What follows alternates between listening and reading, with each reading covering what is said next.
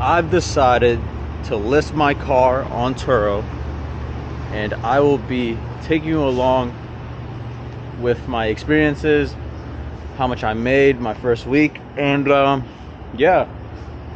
So today's my first day putting the car up on Turo. I haven't gotten a booking yet, but I will soon.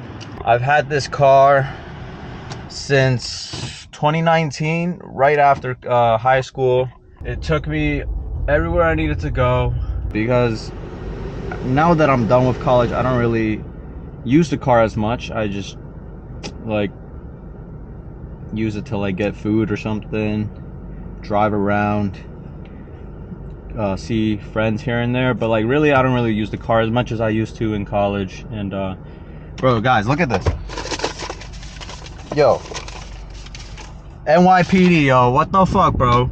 Yo, what, like, what's up with y'all, bro? Like, y'all really on dick, bro? Yeah, bro, so like I had this brilliant idea that I'm gonna just put my car up for sharing and make a little side money from it, because, well, I don't really use the car as much. But let me tell you something really funny. Last night, I couldn't sleep because I was on Reddit reading Turo horror stories all night. Like, some dude had his car stolen and they found it in Mexico, bro. Like, what? Now that's real crazy. But yeah, I really hope that doesn't happen to me. Yeah, I'm gonna let you guys know like how it goes. We live. Ladies and gentlemen, my name is Terry, and I was a Turo host for about 2 months. And I decided to stop this business because it just wasn't for me. And in this video, I'm going to explain why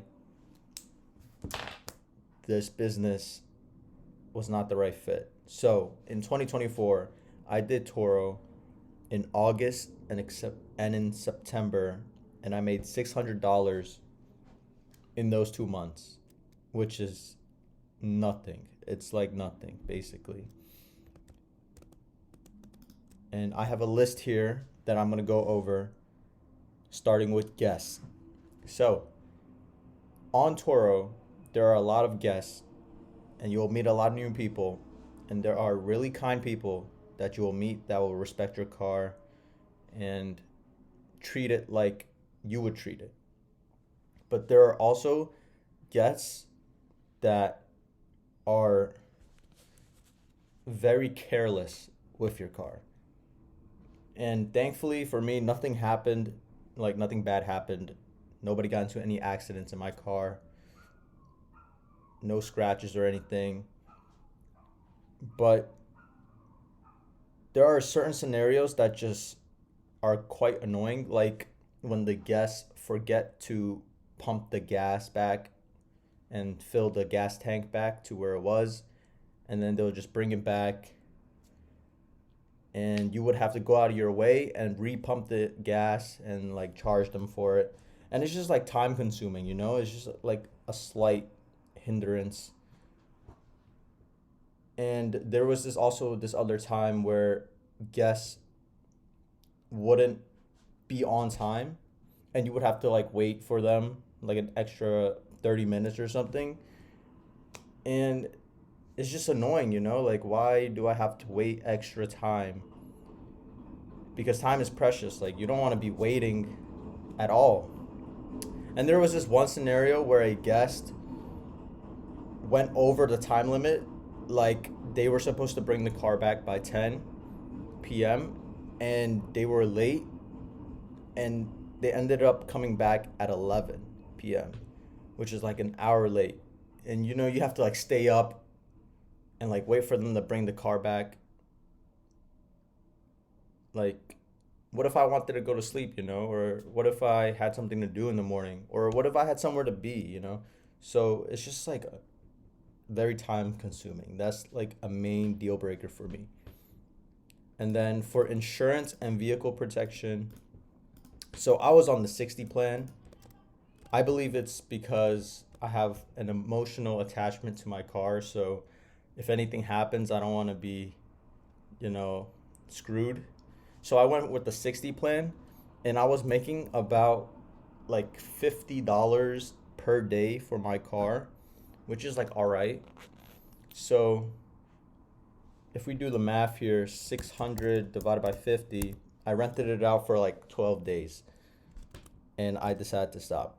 It only took 12 days for me to realize that this was not worth it. So yeah, I was doing the 60 plan and Turo was being Uncle Sam. Turo was taking like half the payment from me. And I was like, damn, bro, like damn. The big man is like taking all the money. So after a few trips, I switched over to the 75 plan.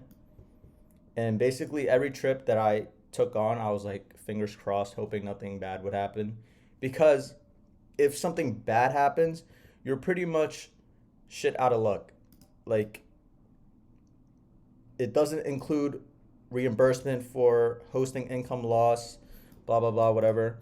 So they would only pay for the damages and like $30 a day for a replacement vehicle, which like is such a bad deal because there are no vehicles that are going to be $30 a day.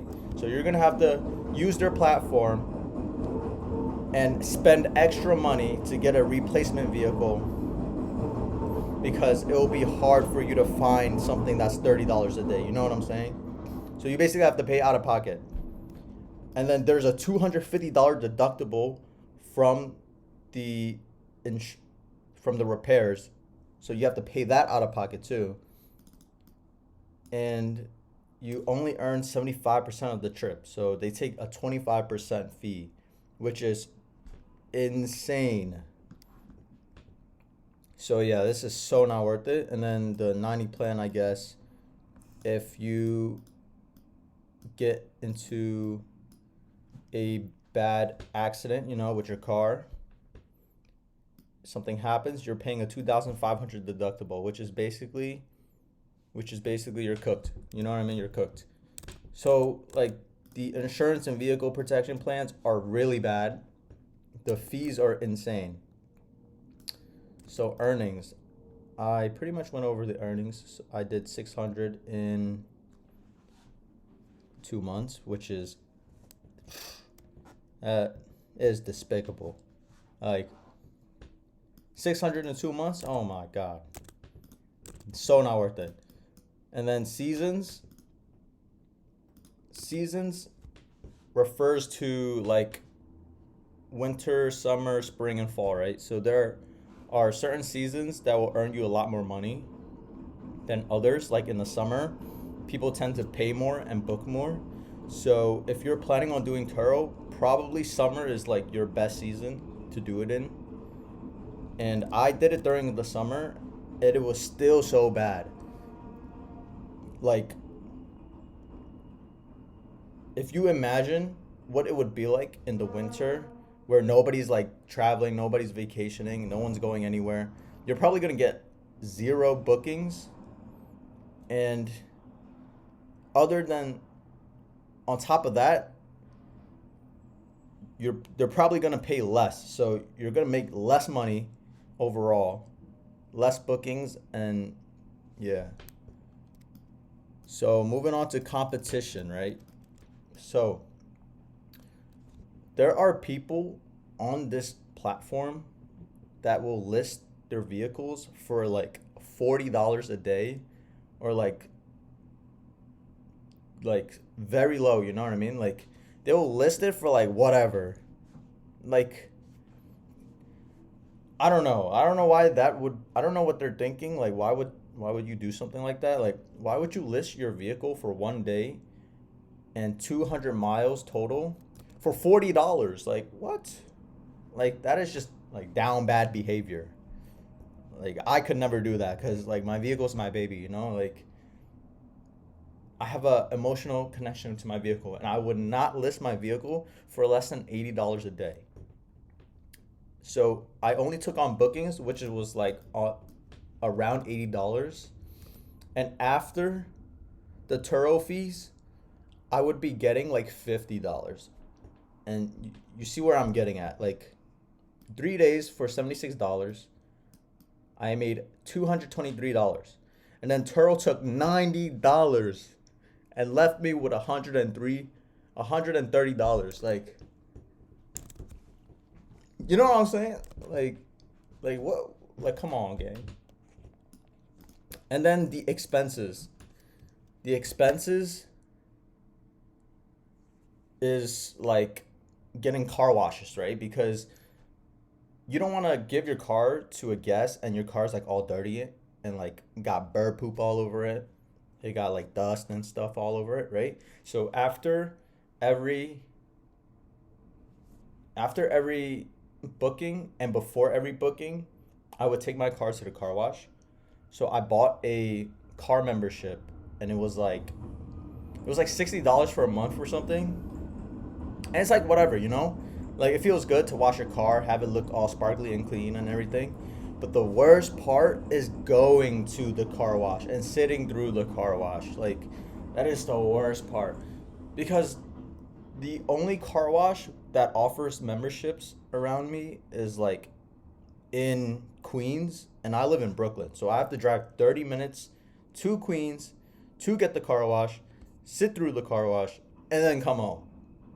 And then like if a bird comes by and like poops on your car right before the booking, like damn, that's a bad look.